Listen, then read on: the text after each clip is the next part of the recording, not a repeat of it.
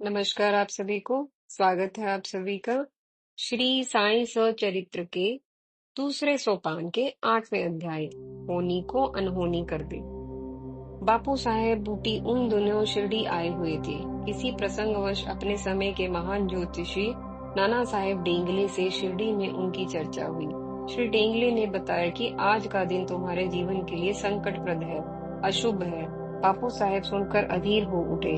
जब वे सदैव की भांति साईं दर्शन के लिए मस्जिद पहुंचे तो उनका चेहरा आशंका व चिंता से कुलाया हुआ था। अपने भक्त की यह दशा देखकर बाबा ने कृपा पूर्वक स्वयं ही उनसे कहा, ये नाना क्या कहते हैं? वे तुम्हारी मृत्यु की भविष्यवाणी कर रहे हैं, परंतु तुम्हें खाने की आवश्यकता नहीं है। उनसे दृढ़ता पूर्वक कह दो कि काल तुम्हारा अपहरण नहीं कर सकता। फिर तुम मुस्कुरा कर अपना कृपाहस्त बूटी साहेब के सिर पर रख कर कहा, निश्चिंत हो जाओ, अल्लाह मालिक है। साईं के शब्दों में जाने क्या जादू था। बूटी की सारी चिंता क्षण भर में दूर हो गई। शाम को जब बापू साहेब बूटी शौच के लिए गए तो उन्हें वहां एक सांप दिखाई दिया। बापू साहेब के नौकर ने भी सांप को देख लिया था। उसने सांप को मारने के लिए एक पत्थर उठा लिया। बापू साहेब ने उसे मारने को लाठी उड़वाई, मगर पत्थर या लाठी का इस्तेमाल करने की नौबत ही नहीं आई। बापू साहेब की ओर बढ़ने वाला वह सांप किसी अज्ञात कारण और प्रेरणा से वापस हो गया और शीघ्र ही दृष्टि से ओझल हो गया। तब बापू साहेब को ज्योतिषी की भविष्यवाणी और बाबा का अभ्यदान दोनों ही स्मरण हो गए। उन्होंने मन ही मन साईं का धन्यवाद अदा किया। एक अन्य घटना साईं के परम सेवक और भक्त श्यामा से संबंधित है। उसे एक बार एक अति विषैले सर्प ने काट लिया। वेदना और विष प्रभाव से वे प्राय मूर्छित सा होने लगा। उसके मित्र उसे विठोबा मंदिर ले जाना चाहते थे। वहां सर्प के काटने की चिकित्सा की व्यवस्था थी, मगर श्यामा के लिए तो साईं ही विठोबा थे। बोला कि मुझे द्वारका माई ले चलो। मित्रों ने जिद की तो श्यामा सारी शक्ति एकत्र कर साईं स्मरण करता हुआ स्वयं ही मस्जिद की ओर दौड़ा। उसे लगा कि उसका अंत समय निकट आ चुका है। ऐसे में साईं कृपा ही उसकी रक्षा कर सकती है। मित्रों को मनाने समझाने में विलंब होता और वेदना तथा विष प्रभाव की तीव्रता इतना समय श्यामा को नहीं दे रही थी। अतः साईं को याद करके जाने कहां से शक्ति जुटाकर वह स्वयं ही मस्जिद की ओर दौड़ा। मित्र भी उसके पीछे दौड़ चले, परंतु यह क्या, श्यामा ने मस्जिद की सीढ़ियों पर पैर रखा ही था, ऊपर से बाबा का कुपित स्वर सुनाई पड़ा, अरे ओ कृतज्ञ नादान वमन, ऊपर मत चढ़ो, सावधान। अगर ऊपर चढ़ा तो हट, दूर हट, नीचे उतर। साईं बाबा को अत्यंत क्रोध में इस प्रकार कहते हुए श्यामा सकपका गया। ऐसे संकट में साईं ही उसका एकमात्र आसरा थे। वही उसकी प्राण रक्षा में समर्थ भी थे। उन्हीं ने यदि उसे दुत्कार दिया था तो फिर दुनिया में कौन उसके प्राण बचा सकता था। वह निराश होकर वहीं बैठ गया, मगर उसने महसूस किया कि मायूसी के बाद भी वेदना और विष प्रभाव की वो तीव्रता अब नहीं रह गई थी जो पहले थी। तब तक तात्या पाटिल, काका साहेब दीक्षित आदि श्यामा के मित्र भी वहां आ गए थे। श्यामा को सकुशल देखकर उनकी जान में जान आई। तब तक बाबा का क्रोध भी शांत हो चुका था। अतः श्यामा साहस करके अपने मित्रों के साथ ऊपर सीढ़ियां चढ़कर साईं बाबा के पास चला गया। बाबा ने उसे प्रेम से अपने निकट बिठाया और बोले, डरो मत, लेश मात्र भी चिंता मत करो। वह दयालु फकीर अल्लाह अवश्य ही तुम्हारी रक्षा करेगा। जाओ, घर जाकर शांति से बैठो, बाहर मत निकलो, उस पर भरोसा रखो, निर्भय और निश्चिंत हो जाओ। ऐसा कहकर उन्होंने श्यामा को घर भेज दिया। पीछे से श्यामा के मित्रों को भी यह कहकर वापस भेज दिया, श्यामा से कह देना कि मनपसंद खाना खाए, मगर घर में ही टहलता रहे, लेटे या सोए नहीं। श्यामा ने ऐसा ही किया। कुछ ही समय बाद वह बिल्कुल स्वस्थ था, मानो कभी सांप ने काटा ही न हो। तब सबको समझ में आया कि साईं ने ऊपर न चढ़ने को तथा नीचे उतर जाने का आदेश बमन यानी कि ब्राह्मण को दिया था। वह वास्तव में श्यामा नहीं, सांप था।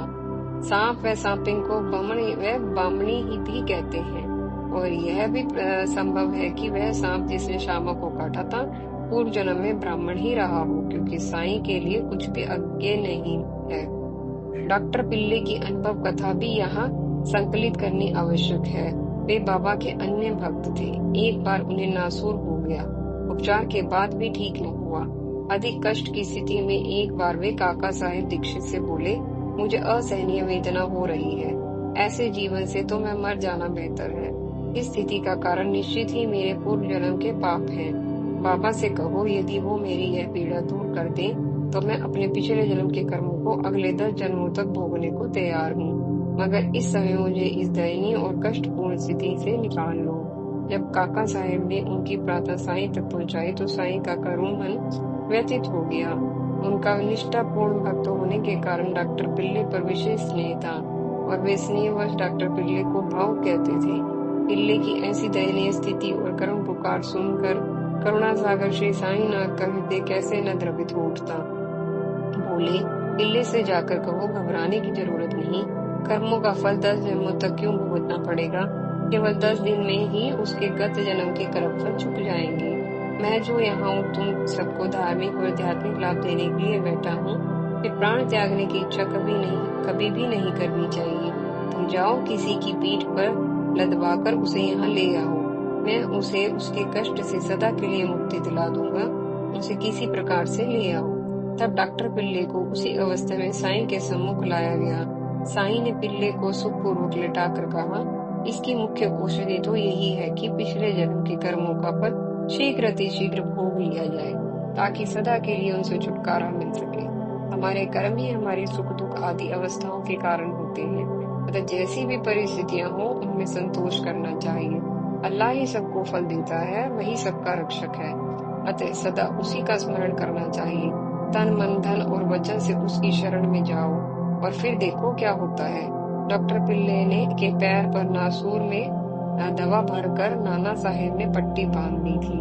उस पट्टी का कोई लाभ पिल्ले को न हुआ था। साईं ने वो पट्टी उतरवा दी। बोले, नाना तो बेवकूफ है, ये पट्टी उतारो वरना मर जाओगे।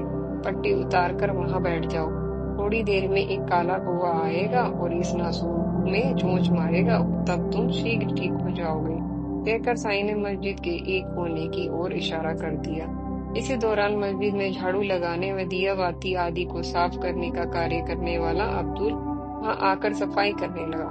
दिया बाती साफ करते समय प्रकाश अपर्याप्त होने के कारण और डॉक्टर पिल्ले के उपेक्षित कोने में जहां प्राय कोई बैठता नहीं था होने के कारण अब्दुल का पैर डॉक्टर पिल्ले के पैर पर नासूर के निकट पड़ गया। डॉक्टर पिल्ले असहनीय कष्ट से चिल्ला पड़े। सूजे हुए पैर पर खुली पट्टी के नासूर के निकट पैर का दबाव पड़ने से कुछ मवाद और 7 कीड़े नासूर से निकले, जिससे कुछ क्षण में ही पिल्ले को काफी आराम आ गया और वे एक भक्ति गीत गुनगुनाने लगे। करम कर मेरे हाल पर तू करीम, तेरा नाम रहमान है, तेरा नाम रहीम। तू ही दोनों जहां का सुल्तान है, जहां में नुमाया तेरी शान है। तू अजीब अजीमुशान है, फना होने वाला है ये सब कारोबार, पर रहेगा नूर तेरा हमेशा आश्कार। तू अपने आशिक का हरदम है मददगार। साईं यह देखकर मुस्कुराने लगे और वहां पर उपस्थित अन्य लोगों से बोले, देखा बाहुआ बच्चा हो गया है, गाना गुनगुना रहा है। थोड़ी देर बाद डॉक्टर पिल्ले बैठे बैठे उकता गए। बोले, बाबा मैं कौवा कब आकर चोंच मारेगा? तब बाबा ने हंसकर कहा, अरे क्या तुमने कौवे को नहीं देखा? अभी तो आया था, तुम्हारे नासूर को बा गया, अब वह क्यों आएगा? डॉक्टर पिल्ले हैरानी से बोले, आपका मतलब है अब्दुल? साईं सुनकर फिर हंसने लगे। फिर बोले, अब वाड़े में जाकर आश्रम करो, नासूर पर उदी लगाते रहना और पानी में मिलाकर 10 दिन तक पीते रहना। बाद में जैसा कि साईं ने कहा था, 10 दिन में नासूर का निशान तक न बचा था। एक अन्य कथा बाला साहेब मिरीकर की है। साईं ने केवल उन्हें उपस्थित होने वाले संकट का पूर्व संकेत दिया था, बल्कि आशीर्वचन देकर उसकी प्राण रक्षा भी की थी। बाला साहेब काका साहेब के पुत्र थे और कोपर गांव के मामलतदार थे। उनकी कथा इस प्रकार है। दौरे पर चितली जाते हुए एक बार बाला साहेब शिरडी रुके, साईं के दर्शन किए। साईं ने बाला साहेब से कहा, तुम द्वारका माई की गोद में बैठे थे, यहाँ आने वाले के सब दुख दूर हो जाते हैं।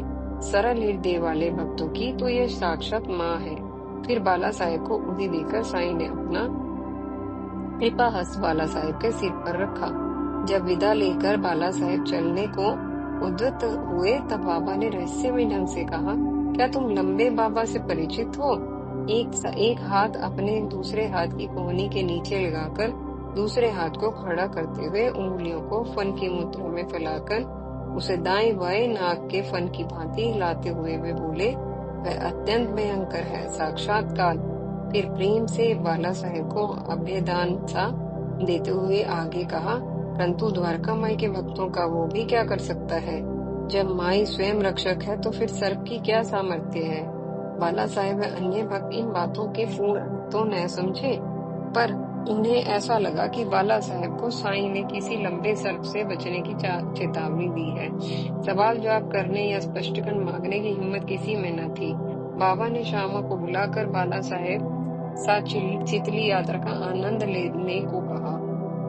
यद्यपि बाला साहेब की इच्छा नहीं थी, तथापि साईं की आज्ञा तथा अज्ञात भावना से प्रेरित होकर वे श्यामा के साथ लिए गए। 9 बजे चितली पहुंचकर वे मारुति मंदिर में ठहरे। ऑफिस खुलने में अभी देर थी, अतः वहीं चटाई पर बैठकर वे इधर उधर की बातें करने लगे। कुछ समय बाद उन्होंने अखबार पढ़ना आरंभ कर दिया। तभी श्यामा ने उनकी कमर के पास धोती पर चढ़ा हुआ एक लंबा काला सांप देखा और सांप सांप कहकर चिल्लाने लगी। बाला साहेब भय से कांपने लगे। शोर सुनकर चपरासी भी आ गया। श्यामा तथा चपरासी चुपके से डंडे उठा लाए। हालांकि तब तक सांप स्वयं ही अज्ञात कारण से प्रेरित होकर बाला साहेब की धोती व कमर से उतर चुका था, तथापि श्यामा व चपरासी ने उसे लाठियों से मार ही डाला। बाबा की सांप के संबंध में चेतावनी देना, बाला साहेब को अभय दान देना तथा सांबा को बाला साहेब के साथ भेज देना, इन सब बातों का पूरा अर्थ ही जब बाला साहेब को समझ आया तो श्रद्धा व कृतज्ञता से उनका सिर साईं के सम्मान में झुक गया। तब से साईं के श्री चरणों में उनकी भक्ति और दृढ़ हो गई। और कुरले गांव जो कोपर गांव तालुके में है के रहने वाले अमीर शक्कर का अनुभव भी कुछ मिलता जुलता रहा। यद्यपि अमीर जाति से कसाई और बांद्रा में दलाली का धंधा करने वाला था, मगर बहुत प्रसिद्ध व्यक्ति था। जब वह गठिया से पीड़ित हुआ तो बहुत दिन कष्ट भोगने के बाद उसे खुदा का स्मरण आया और वह सब काम धंधा छोड़कर बाबा के पास शिरडी चला आया। उसने बाबा से प्रार्थना की कि वे उसे रोग मुक्त कर दें और अपने पास रख लें। बाबा ने उसे मस्जिद में रहने की आज्ञा तो न दी, किंतु चावड़ी में रुकने की अनुमति दे दी। यद्यपि चावड़ी अमीर जैसे रोगी व्यक्ति के उपचार के लिए उपयुक्त स्थान नहीं था, फिर भी बाबा की चिकित्सा पद्धति विचित्र थी। किसको कब कैसे कहाँ और कितना लाभ पहुंचाना है ये वही जानते थे। अमीर चावड़ी में रहने लगा। बाबा के उपाय से उसे रोग में तो लाभ हुआ ही, बाबा की संगति भी प्राय प्राप्त होने लगी, क्योंकि बाबा रोज सुबह शाम चावड़ी जाते थे और एक दिन छोड़कर एक दिन जुलूस के साथ वहां जाकर विश्राम भी करते थे। अमीर वहां 9 महीने रहा। रोग बहुत कुछ ठीक हो गया, किंतु इतने लंबे समय वहां रहकर वो उकता गया।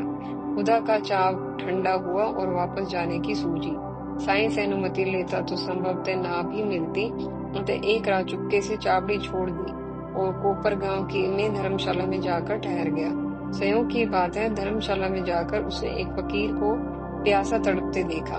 वह बार बार पानी मांग रहा था। उसकी स्थिति देखकर मालूम होता था कि अधिक जी नहीं पाएगा। अमीर शक्कर ने उसे पानी पिलाया। पानी पीते ही फकीर चल बसा। अब अमीर घबराया। फकीर की मृत्यु की सूचना अधिकारियों को दे या ना दे, कहीं स्वयं न फंस जाए, आदि विचारों को लेकर वह पशुपेश में पड़ गया। उसे लगा कि यह झमेला साईं से बिना आज्ञा लिए भाग आने का नतीजा है।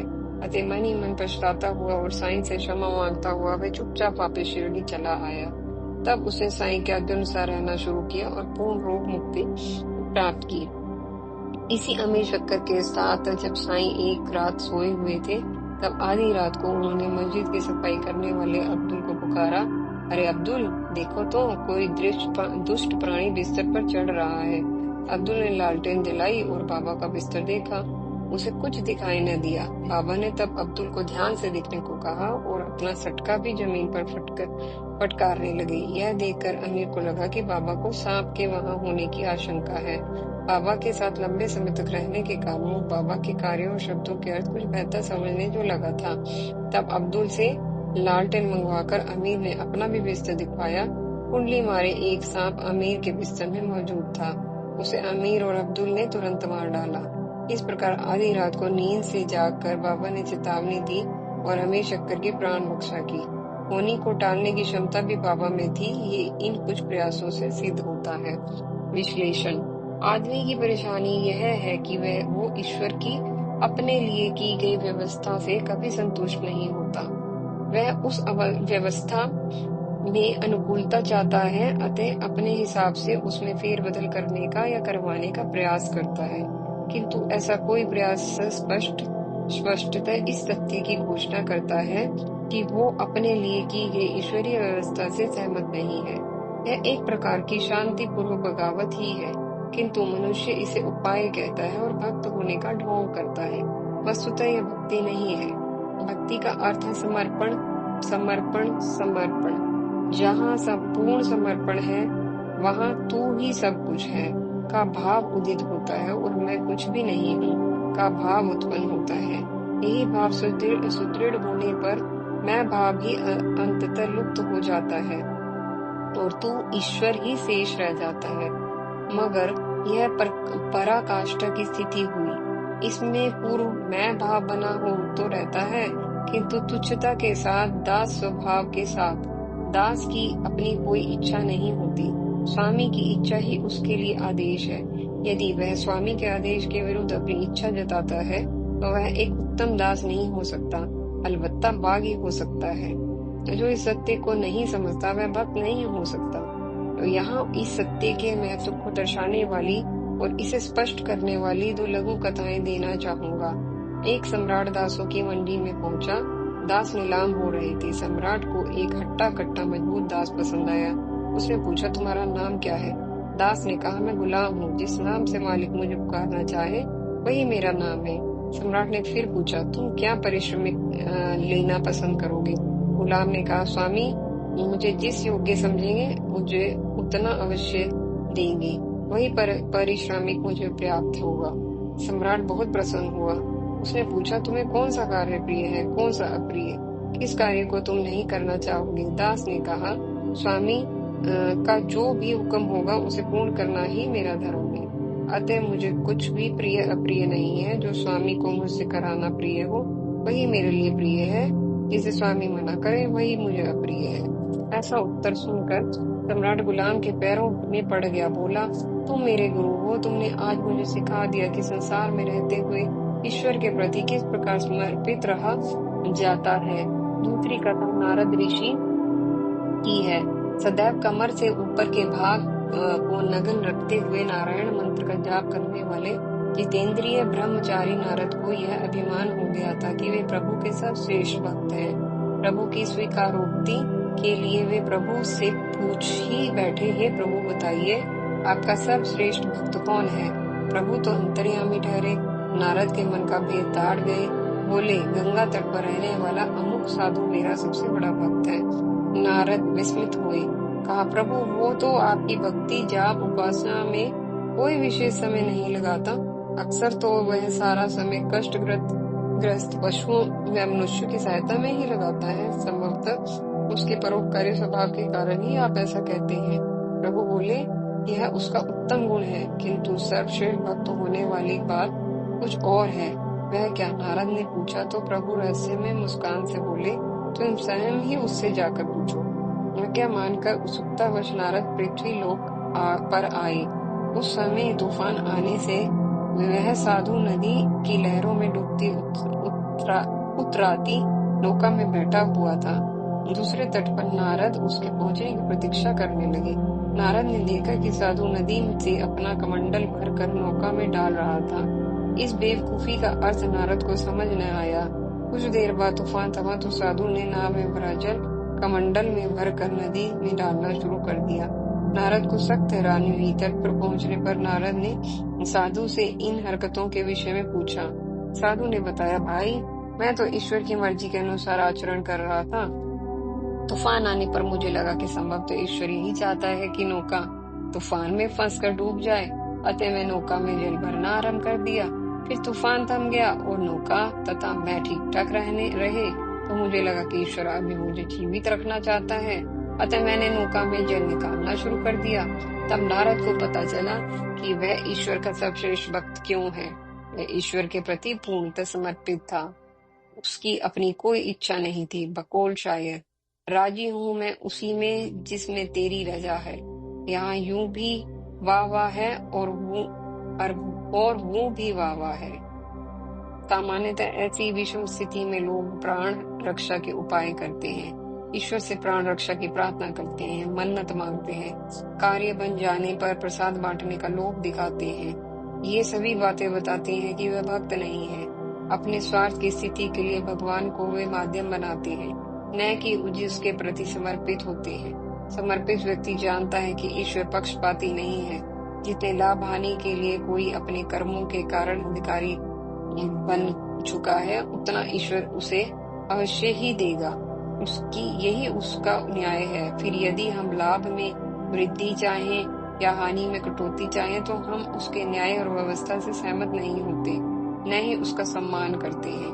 अपितु विभिन्न उपायों से स्थिति को अपने पक्ष में करने का प्रयास हमें एक प्रकार से ईश्वर का विद्रोह ही बनाता है। ऐसे व्यक्ति को भला भक्त कैसे माना जा सकता है?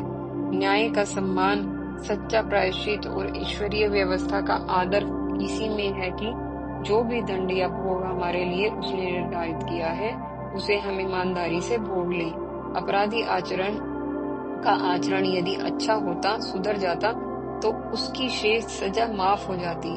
कर्मफल बंधन के नियम अनुसार भी अपने कर्मों का फल हम जितनी जल्दी भोग लें, उतनी ही जल्दी हम उऋण हो जाते हैं। मुक्ति के लिए हमें निर्बंध होना जरूरी है, इसलिए अपना खाता बराबर कर लेना ही हर प्रकार से उचित है। यही संदेश साईं भी देते हैं। जिसे उन्होंने मन से सुधर गया पाया, उसके कष्ट तुरंत हर लिए, उसकी आई हुई टाल भी दी। जिसमें अभी और सुधार की गुंजाइश महसूस की, उसे तुरंत कष्टों से मुक्ति नहीं दिलाई। जैसे अमीर शक्कर का रोग 9 मास से अधिक समय में दूर किया, शनै शनै दिलाई।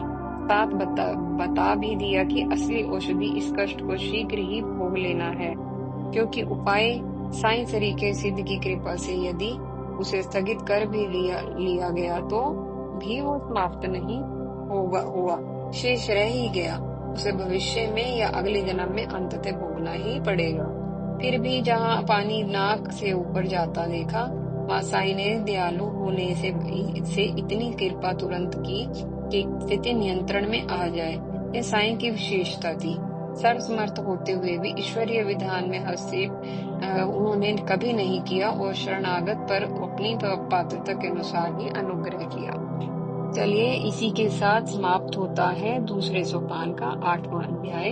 अगले अध्याय में हम आपसे फिर मिलेंगे। तब तक के लिए आपका बहुत बहुत धन्यवाद।